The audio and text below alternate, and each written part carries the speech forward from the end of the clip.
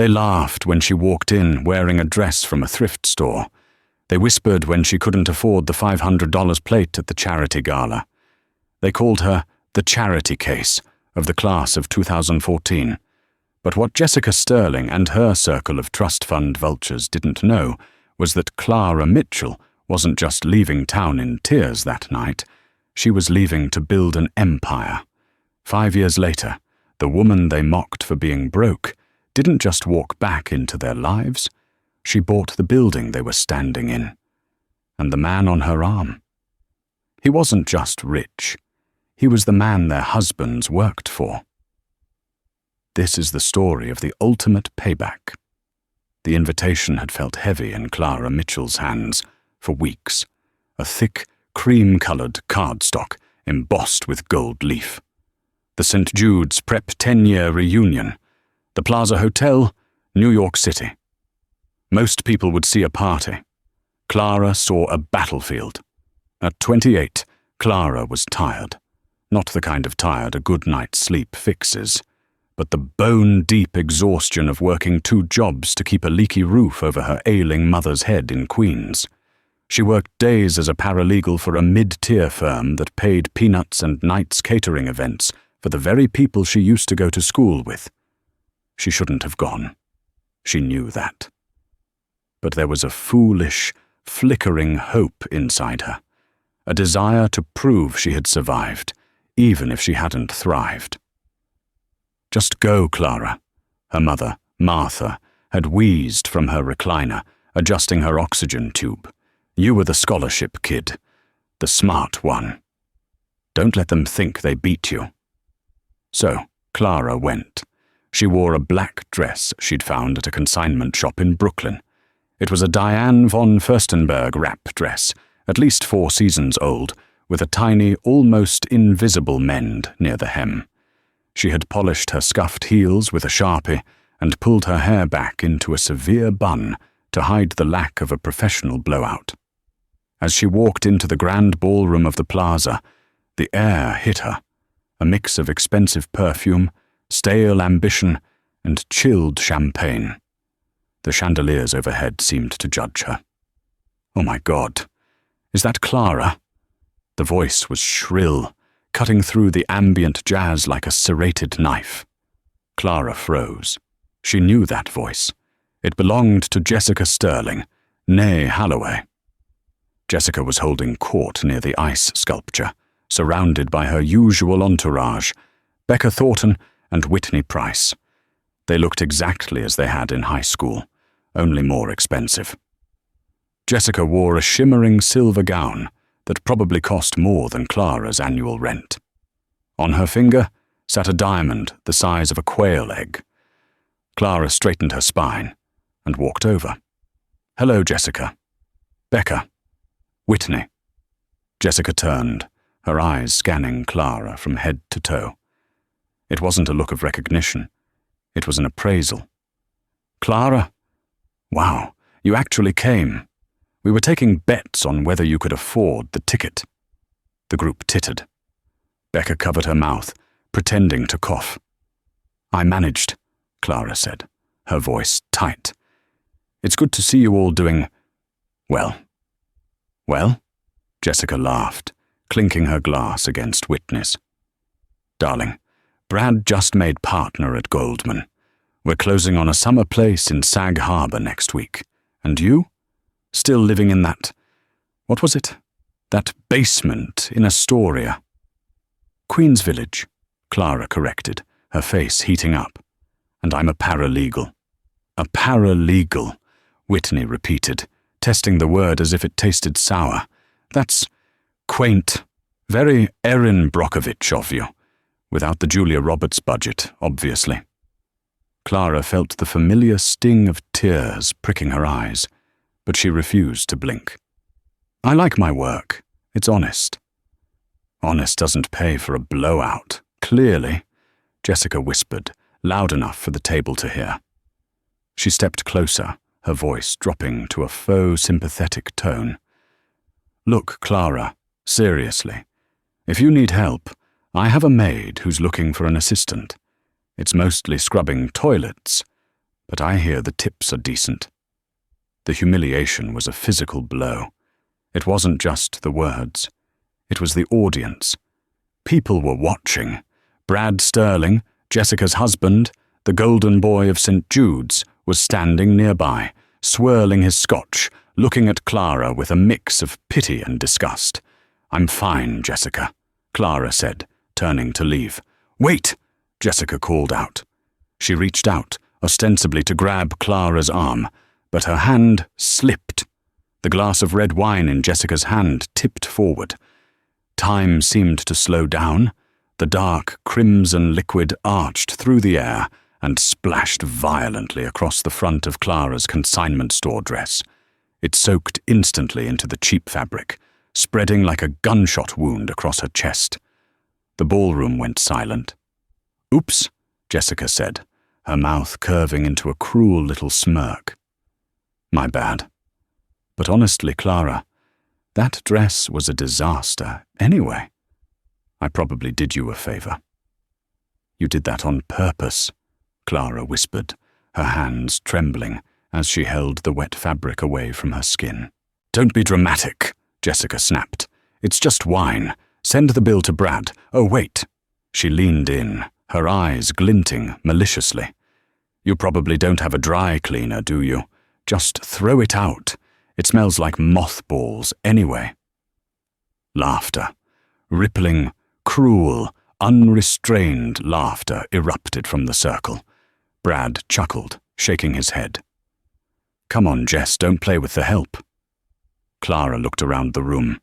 Faces she had known for years, people she had studied with, eaten lunch with, were either laughing or looking away. No one stepped forward. No one offered a napkin. She was 28 years old, but in that moment, she was the scholarship kid again, standing in the cafeteria with a tray of spilled food. She didn't scream. She didn't fight back. She simply turned around, the wine dripping down her legs, and walked out of the ballroom. She walked through the gilded lobby of the plaza, past the doorman who looked at her with concern, and out into the cold October rain of Fifth Avenue. She didn't stop walking until she reached the subway station, her mascara running down her cheeks, mixing with the rain and the wine. That night, shivering on the N train heading back to Queens, Clara made a vow. She deleted Jessica's number. She blocked them all on social media. She wasn't going to get mad. She was going to get even. But to do that, she had to disappear. 3 months after the reunion, Clara's life imploded. First, her mother passed away peacefully in her sleep. It was a mercy, in a way. The pain was gone, but it left Clara entirely alone in the world. Then came the debts. The medical bills Martha had accumulated were astronomical. The life insurance policy was barely enough to cover the funeral. Clara sold everything. The house in Queens, the furniture, her mother's jewelry. When the dust settled, she had exactly $4,000 to her name and a burning desire to be anywhere but New York. She booked a one-way ticket to London. Why London? It was far. It was expensive. It was a place where people reinvented themselves. She landed at Heathrow with 2 suitcases and no plan.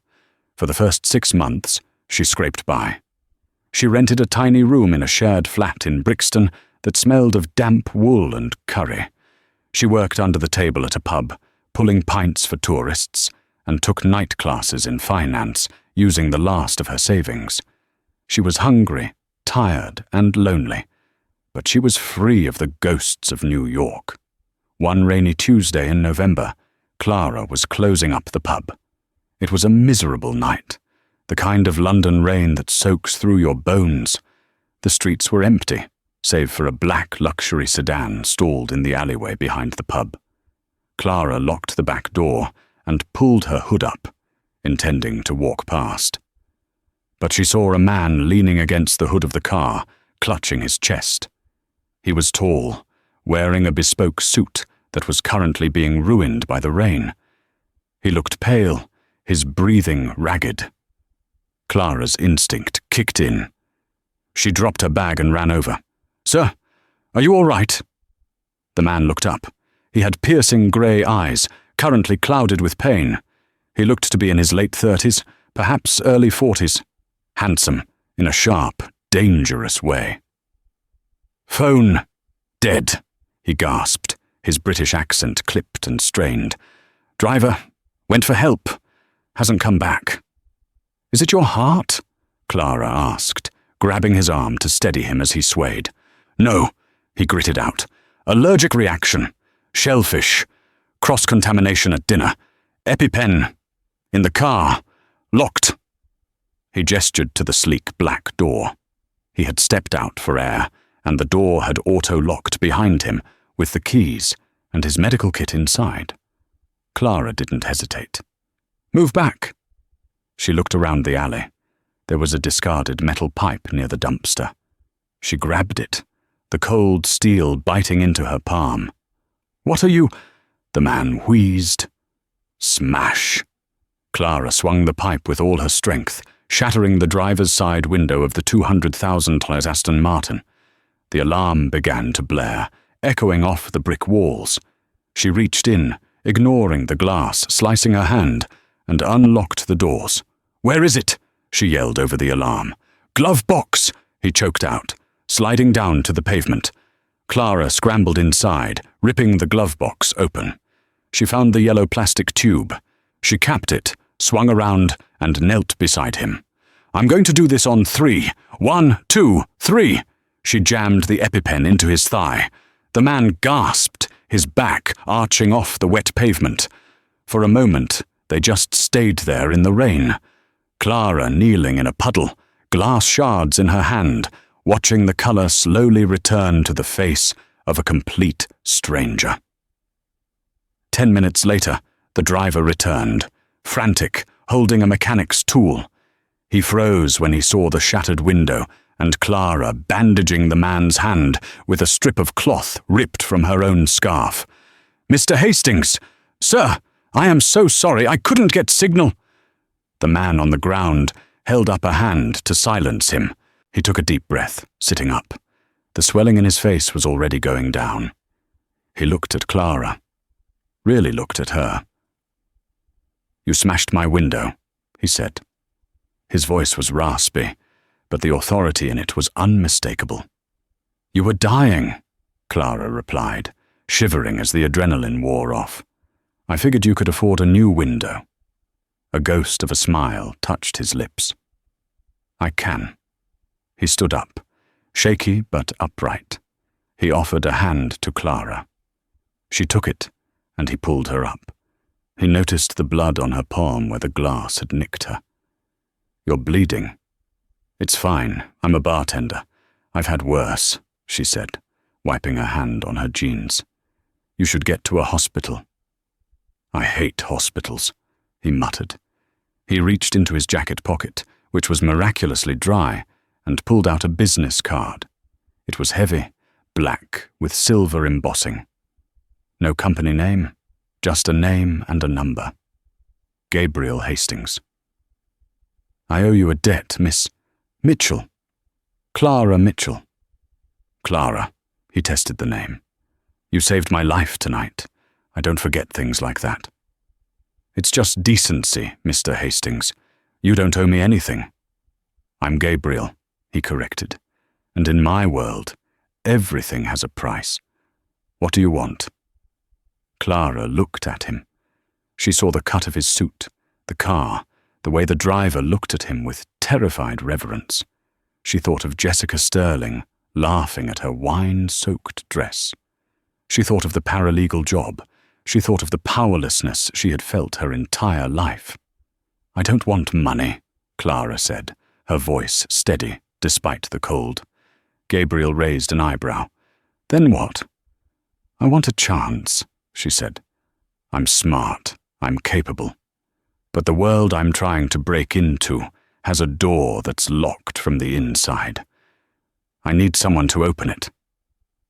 Gabriel Hastings studied her for a long moment. The rain plastered her hair to her face, but her eyes were fierce. He saw something in her, a hunger that matched his own. "Be at this address tomorrow at 8 a.m, he said, handing her the card. "Don't be late and wear something dry."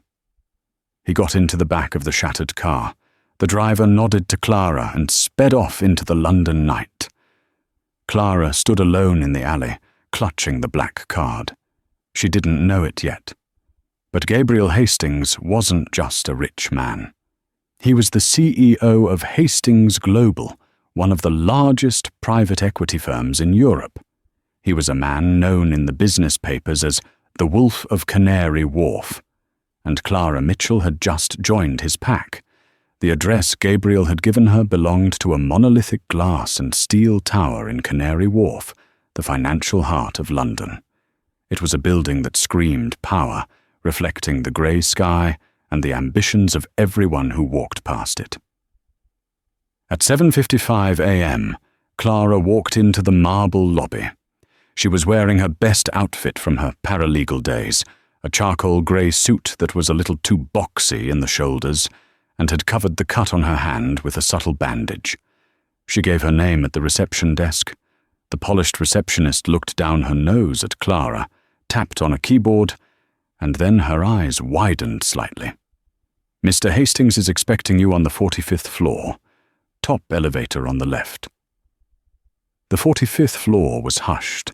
The air smelled of espresso and expensive leather. It wasn't an office. It was a sanctuary for the elite. Gabriel was waiting in his office, a cavernous space with floor-to-ceiling windows overlooking the Thames. He wasn't wearing the suit from the night before. He was in impeccable navy wool, looking vibrant, dangerous, and completely untouched by his near-death experience. "You're on time," he said, turning from the window. He didn't offer her a seat. "I didn't come here to waste your time, Gabriel." He smirked. "Good, because I don't have any to waste. You asked for a chance, Clara. You have it. You start today as my executive aide." Clara felt a flicker of disappointment. "A secretary? If you think the person who manages my life, filters my information, and holds the keys to my schedule is just a secretary, then you can leave right now," he said coldly. "Everyone in this building wants something from me. Your job is to know what that is before they even open their mouths. You are my gatekeeper. If you fail, I fail, and I don't like failing." He tossed a thick tablet onto the desk between them. "That contains the briefing for the Omnicorp merger. It's the biggest deal in Europe right now. We have a strategy meeting in 2 hours. Read it, understand it, be ready." Clara picked up the tablet. "Consider it done." Gabriel leaned in closer, his grey eyes narrowing. "Don't get cocky, Clara. This isn't a pub in Brixton. The people on this floor are sharks. They smell fresh blood. They will try to eat you alive because you aren't one of them. Prove to me I didn't make a mistake in that alley." The next 6 months were hell. Gabriel hadn't lied. The other executives, men with double-barreled surnames and degrees from Oxford and Cambridge, treated Clara like an irritating insect. They routed crucial emails away from her, forgot to invite her to pre-meetings, and spoke over her whenever she tried to contribute. But they underestimated the girl from Queens. Clara didn't just survive, she adapted. She used the same grit that got her through 2 jobs and night school. She arrived at 5 p.m. and left at midnight. She read every file, every footnote, every buried addendum. She learned the rhythms of the global markets. She also learned Gabriel. She learned that when he tapped his pen 3 times, he was losing patience. She learned that a slight tightening of his jaw meant someone was lying to him. The turning point came 4 months in during the Omnicorp negotiations. The deal was stalled. Omnicorp's CEO, a bloated egotist named Marcus Thorne, was demanding a valuation that made no sense. In a boardroom tense enough to snap steel, Gabriel was losing his cool. "Thorne is bluffing," Gabriel growled to his team during a break. "He doesn't have the leverage to demand that price." "His financials seem solid, Gabriel," said Alistair Finch, a smarmy VP who had been trying to get Clara fired since day one.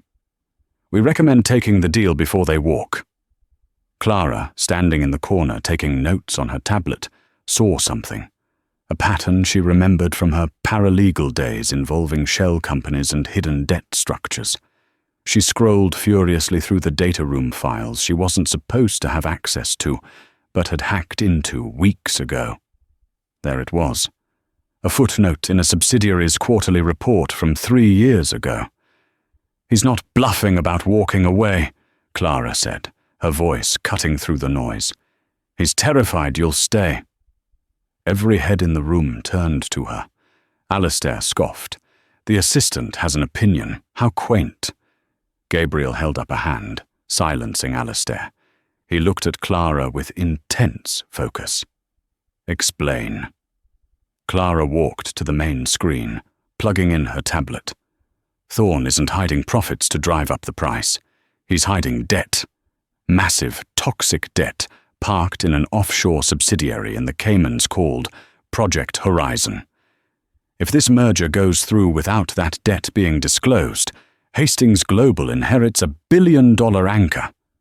She pulled up the documents. The room went deathly silent.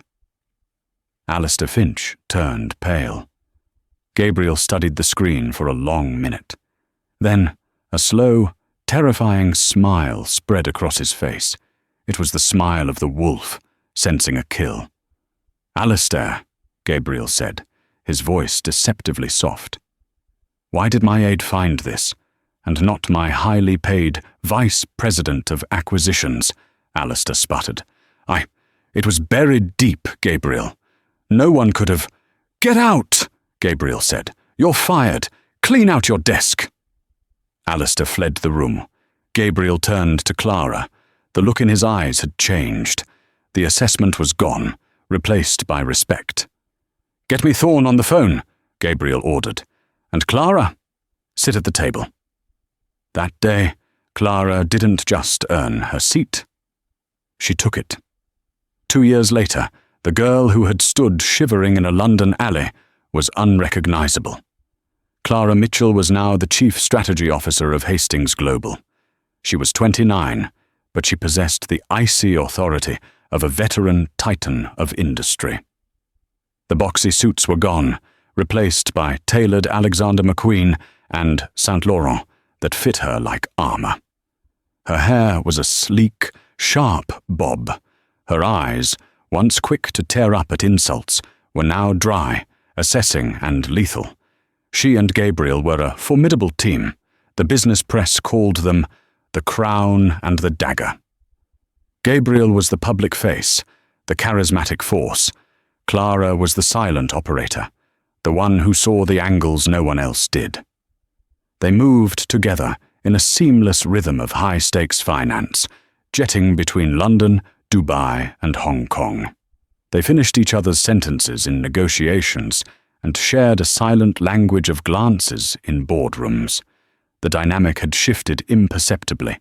The mentorship had dissolved into a partnership of equals. And somewhere along the way, in the quiet moments between the chaos, something else had begun to bloom.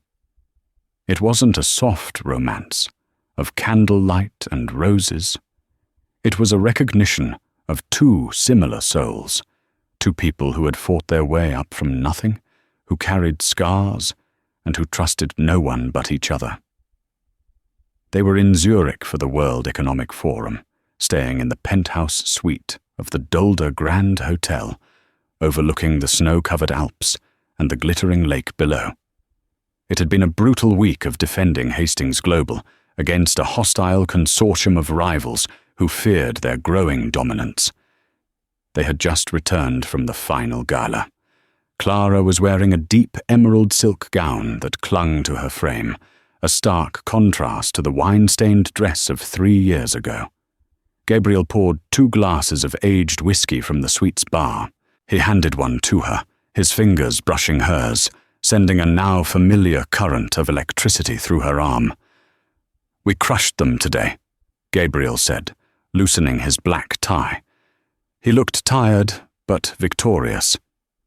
"They were sloppy," Clara replied, taking a sip of the fiery liquid. "They thought they could leverage the Asian markets against us. They didn't know we'd already secured the key infrastructure contracts in Singapore." Gabriel chuckled, a low rumble in his chest. He walked over to the expansive window, looking out at the frozen landscape. "Sometimes I look at you, Clara, and I can't remember the woman in the alley.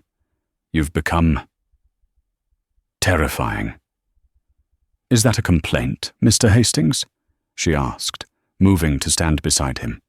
He turned to face her, the city lights reflected in his grey eyes. "No, it's the highest compliment I can give." The air in the room thickened. The professional distance they usually maintained seemed to evaporate in the heat of the moment. "Why did you really help me that night, Gabriel?" Clara asked softly. It was the one question she had never asked since her first day. "You could have just given me money and sent me away." Gabriel looked at her, really looked at her, dropping his guard for the first time in years. "Because when I looked into your eyes that night, past the fear, I saw the same thing I see in the mirror every morning. Hunger. A desperate, clawing need to never be powerless again." He paused, taking a step closer. "I recognized you, Clara, even before I knew you." Clara's breath hitched. She thought about Jessica Sterling, the spilled wine, the laughter. She thought about how far she had run to escape that feeling of being small. "They broke me once," she whispered, the admission feeling like pulling teeth. "People I thought were friends. They humiliated me because I was poor.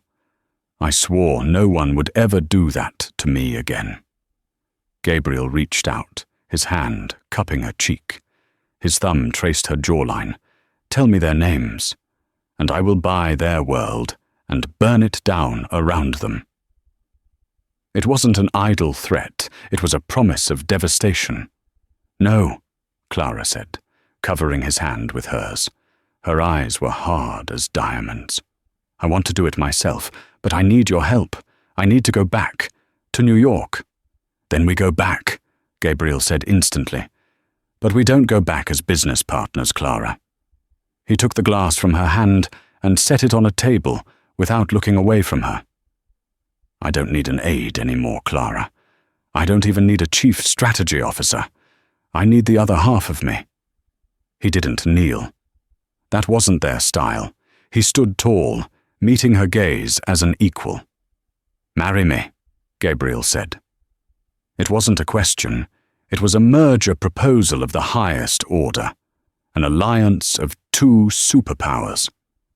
"Let's take over the world together, and let's start with New York." Clara didn't hesitate. She didn't need to think about it. She had been running toward this moment since she smashed that car window with a lead pipe. "Yes," she said. Gabriel kissed her then. It was intense, possessive, and tasted of whiskey and victory. It was the seal on the most dangerous contract either of them had ever signed.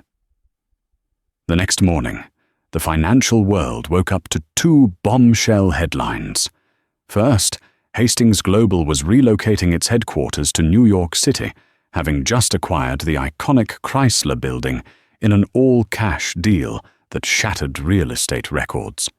Second, the notoriously eternal bachelor, Gabriel Hastings, was engaged to his mysterious and brilliant CSO, Clara Mitchell. The wolf was coming to Manhattan, and he was bringing his queen. It was time for the reunion. New York City was exactly as Clara remembered it, loud, abrasive, and obsessed with status. But this time, she wasn't looking up at the skyscrapers from the sidewalk. She was looking down on them from the 90th floor of the Central Park Tower. It had been 6 months since Hastings Global relocated. In that time, Clara had remained a ghost. She avoided the press, declined interview requests, and kept her name off the social register. She was the mystery partner, the shadow behind Gabriel Hastings. She was waiting.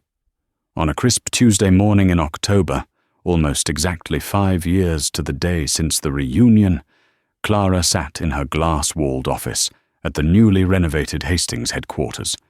On her desk sat a dossier as thick as a phone book. The label read, Sterling Capital Management, Risk Assessment. Gabriel walked in, carrying 2 espressos. He placed one on her desk and kissed the top of her head. "You've been staring at that file for 2 hours. Is it time?" Clara opened the folder. "Brad Sterling isn't just a bad person, Gabriel. He's a terrible investor. He leveraged his firm's assets to buy distressed commercial real estate in Miami right before the market cooled. He's underwater, deep." "And the lifestyle?" Gabriel asked, sitting on the edge of her desk. "Funded by debt," Clara said, tapping a spreadsheet. "Jessica's credit cards, the summer house in Sag Harbor, the new Bentley. It's all financed against the firm's projected earnings that don't exist. If the bank calls his loan, they lose everything. The house, the cars, the status." "And the loan is held by Meridian Bank," Clara said. A small, cruel smile played on her lips, which, as of this morning, is looking to offload its risky portfolios. Gabriel's eyes gleamed. "You want to buy his debt." "I want to own it," Clara corrected. "I want to be the one holding the leash when it snaps." Gabriel pulled out his phone and dialed his head of acquisitions. "Get me the Meridian portfolio, specifically the Sterling tranche. Pay whatever they want. I want the paperwork signed by noon." He hung up and looked at Clara. "It's done. You now own Brad Sterling." Meanwhile, on the Upper East Side, Jessica Sterling was blissfully unaware that the ground beneath her Louboutins was about to crumble.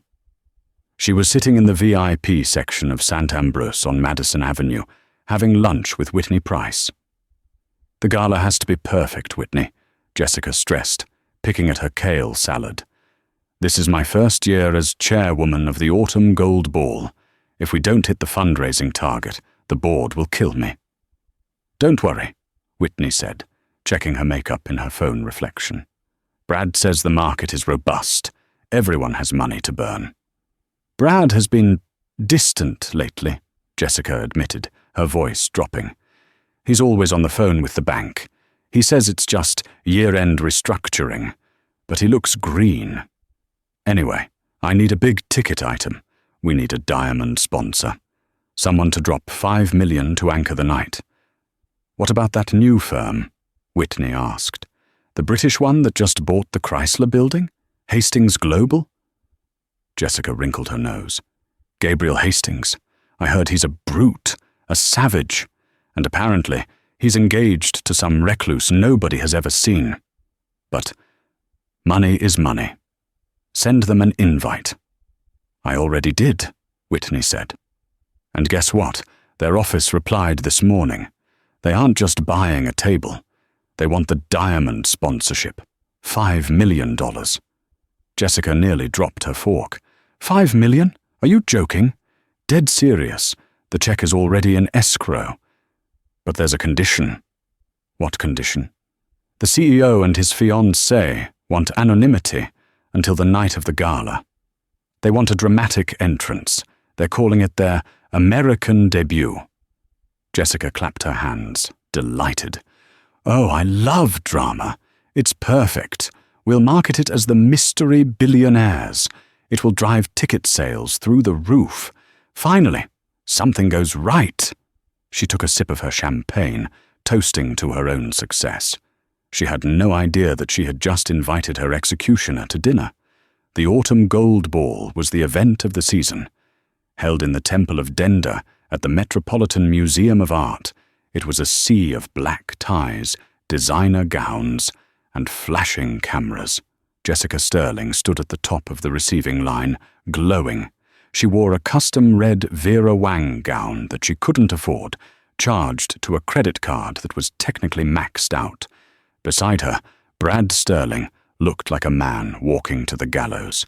He was sweating profusely, constantly checking his phone. "Put the phone away, Brad," Jessica hissed through her teeth, smiling for a photographer. "You look manic. Where is our diamond sponsor? It's almost time for the speeches." "I don't care about the sponsor, Jess," Brad whispered back, his voice shaking. "I told you, Meridian sold our loan. I don't know who holds our debt anymore. They could foreclose on the firm tomorrow." "Not now, Brad," she snapped. "Just smile." The lights in the massive hall dimmed. A spotlight hit the center stage. The chatter died down. Jessica stepped up to the microphone, composing herself. "Ladies and gentlemen, welcome. Tonight is a night of generosity. And we are honored to welcome our diamond sponsors, the new power couple of New York, who have so generously donated $5 million to our cause. Please welcome the CEO of Hastings Global, Mr. Gabriel Hastings, and his fiancée." She paused, realizing she didn't have the fiancé's name on the card. It just said, "and partner." The heavy double doors at the back of the hall swung open. A hush fell over the room. Gabriel Hastings walked in first. He was devastatingly handsome in a midnight blue tuxedo, radiating an aura of absolute power. But no one was looking at him. They were looking at the woman on his arm. She wore a dress that looked like it was woven from starlight, a shimmering silver sheath that hugged every curve, with a neckline that plunged daringly low and a slit that went dangerously high. Around her neck sat a diamond necklace that was unmistakably a graph, worth more than the entire Sterling estate. Her hair was different, her makeup was flawless, and she carried herself with the regal bearing of a queen. But as she walked into the light, the recognition hit the crowd like a shockwave. Jessica dropped her cue cards. They fluttered to the floor like dead leaves. "No," she whispered, the blood draining from her face. "It can't be." Brad Sterling stopped breathing. He recognized her instantly. Not the dress or the hair, but the eyes. The same eyes that had looked at him with humiliation 5 years ago were now staring at him with cold, amused judgment. It was Clara. The Clara who wore thrift store dresses. The Clara they had laughed out of the plaza. The charity case. Clara and Gabriel walked through the parted crowd, the guests whispering furiously. They didn't stop until they reached the stage where Jessica and Brad stood frozen. Gabriel stepped up to the microphone, taking it gently from Jessica's trembling hand. "Thank you, Mrs. Sterling," Gabriel said, his voice booming through the speakers. "It is a pleasure to be here. My fiancé and I believe strongly in giving back. Don't we, darling?" He handed the microphone to Clara.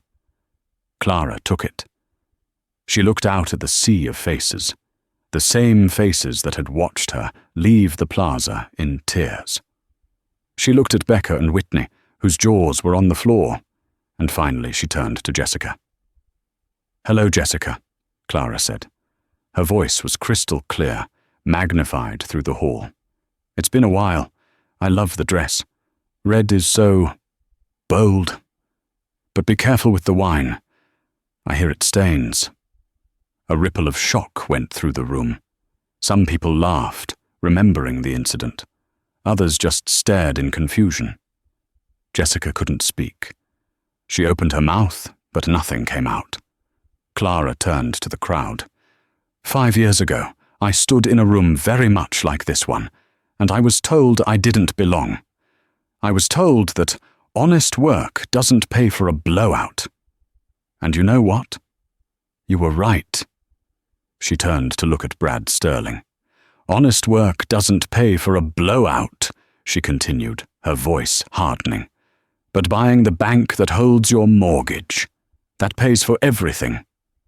Brad lunged forward, grabbing the podium.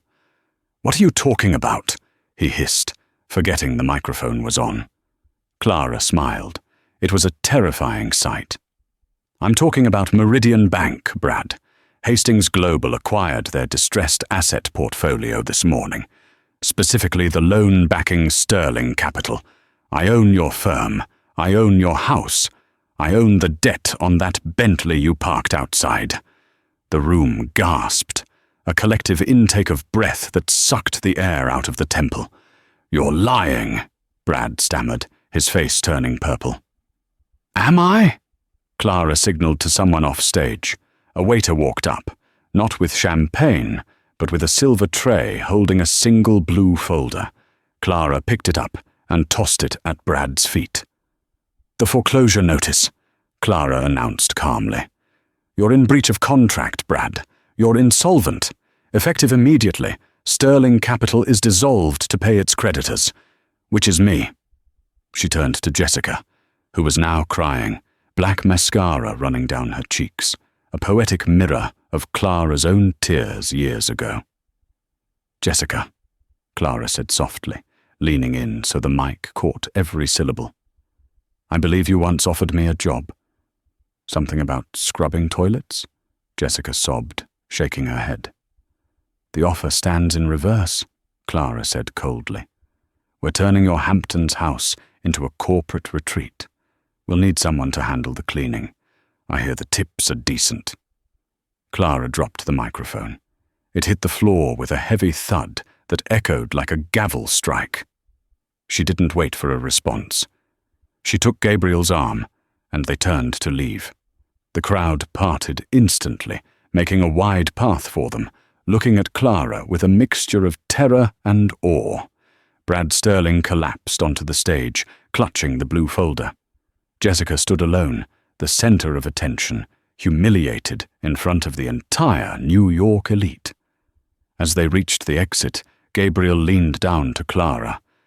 "That was brutal." "That wasn't brutality, Gabriel," Clara said, staring straight ahead, her eyes shining with unshed tears of vindication. "That was justice." But the story wasn't over. As they stepped out into the cool night air of Fifth Avenue, a black SUV screeched to a halt in front of them. The window rolled down. A man with silver hair and a face that graced the cover of Forbes once a year looked out. It was Marcus Thorne, the man Gabriel had defeated in London years ago. "Impressive show, Miss Mitchell," Thorne said, his voice like gravel. "You've made quite a splash. But you just humiliated the nephew of Senator Sterling. You didn't just break a bank tonight. You declared war on the old guard." Clara stopped. She looked at Thorne, then at Gabriel. "Good," Clara said. "I was getting bored." The morning after the gala, the headlines didn't just burn, they incinerated. New York Post ran with, "Revenge is a dish best served in Graff diamonds."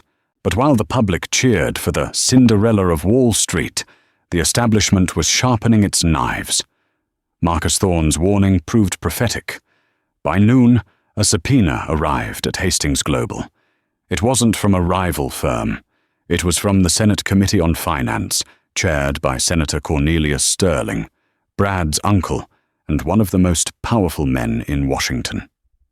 "He's freezing our assets," Gabriel said, pacing his office. The view of Manhattan now looking less like a kingdom and more like a cage. "He's launched an investigation into the Meridian acquisition, accusations of insider trading. It's baseless, but it stops us dead. We can't access capital. We can't pay the creditors.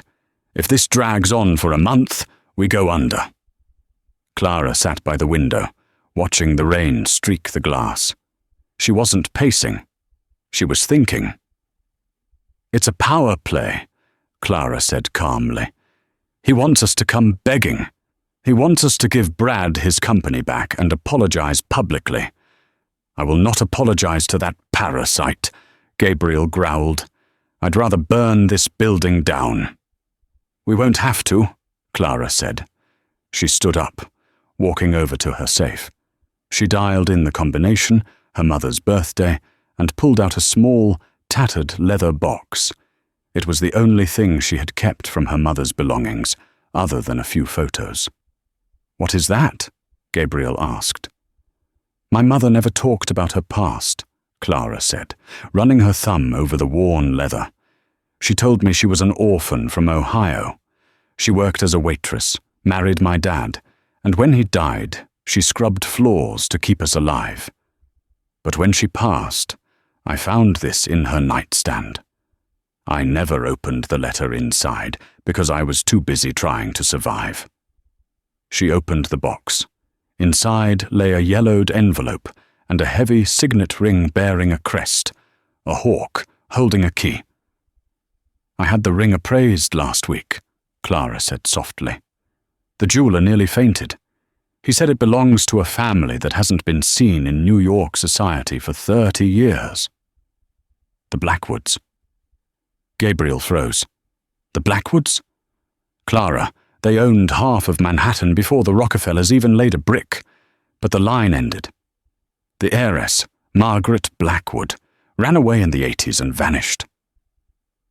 "She didn't vanish," Clara said, her voice trembling slightly. "She changed her name to Martha. She fell in love with a mechanic and chose love over money. My mother wasn't poor because she had no choice. Gabriel. She was poor because she refused to be controlled." Clara pulled out a folded document from the envelope. "This is her birth certificate, and this is a deed." Gabriel took the paper. His eyes scanned the legal text, widening with every line. "My God," he whispered. "Do you know what this is?" "I do," Clara said, her eyes turning into cold steel.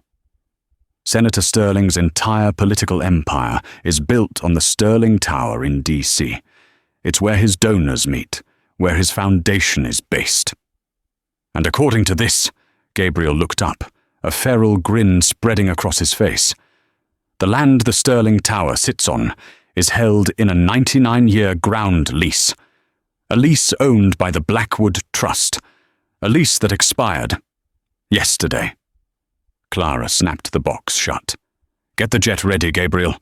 We're going to Washington." Senator Cornelius Sterling sat behind his mahogany desk, surrounded by flags and photos of himself, shaking hands with presidents. He looked at the couple sitting across from him with a sneer of practiced superiority. "You have a lot of nerve coming here," the senator said, steepling his fingers. "My nephew is in rehab. My niece-in-law is a laughing stock. You two have caused quite a mess." "We're just cleaning up the trash, Senator," Gabriel said, leaning back in his chair, looking entirely too comfortable for a man under federal investigation. "Watch your tone, Mr. Hastings," the senator snapped. "I can have your visa revoked by lunch.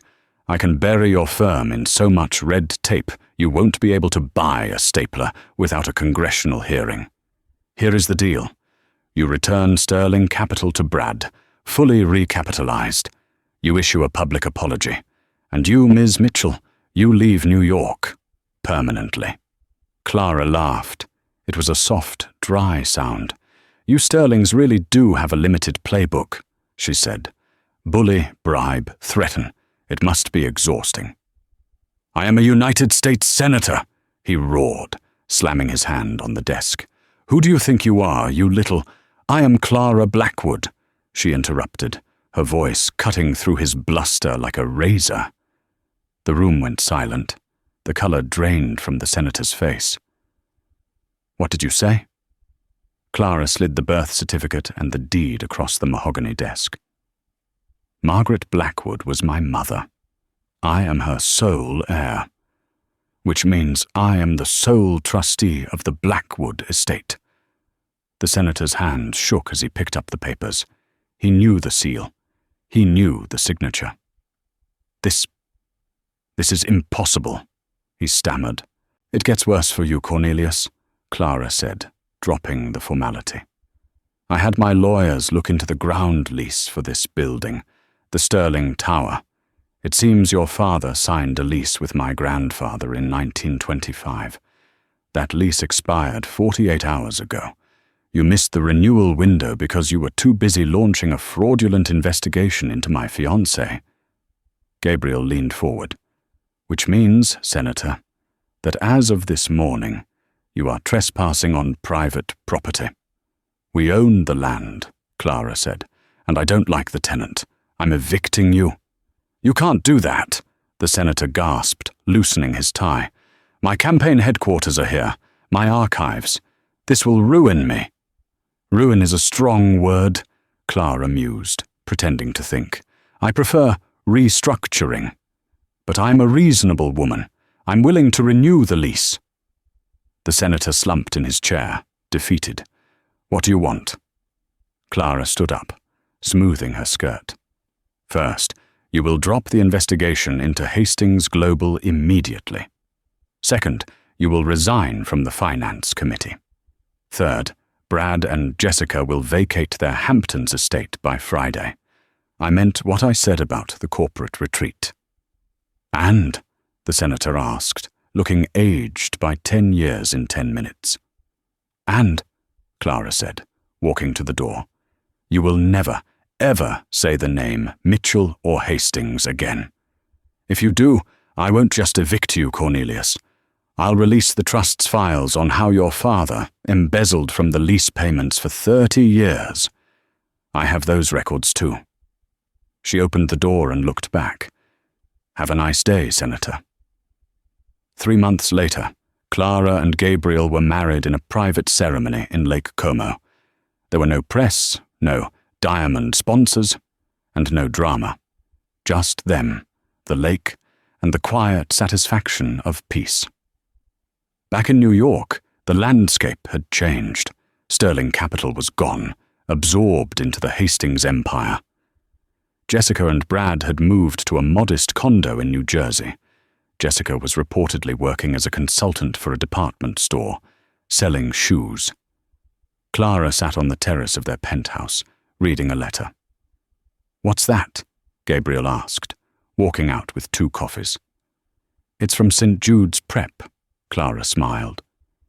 They want me to come speak at the graduation ceremony. The topic is resilience. Are you going to go?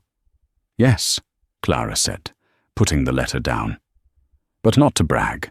I'm setting up a scholarship, the Martha Blackwood Scholarship, for kids who can't afford the tuition, for the kids who have to work night jobs.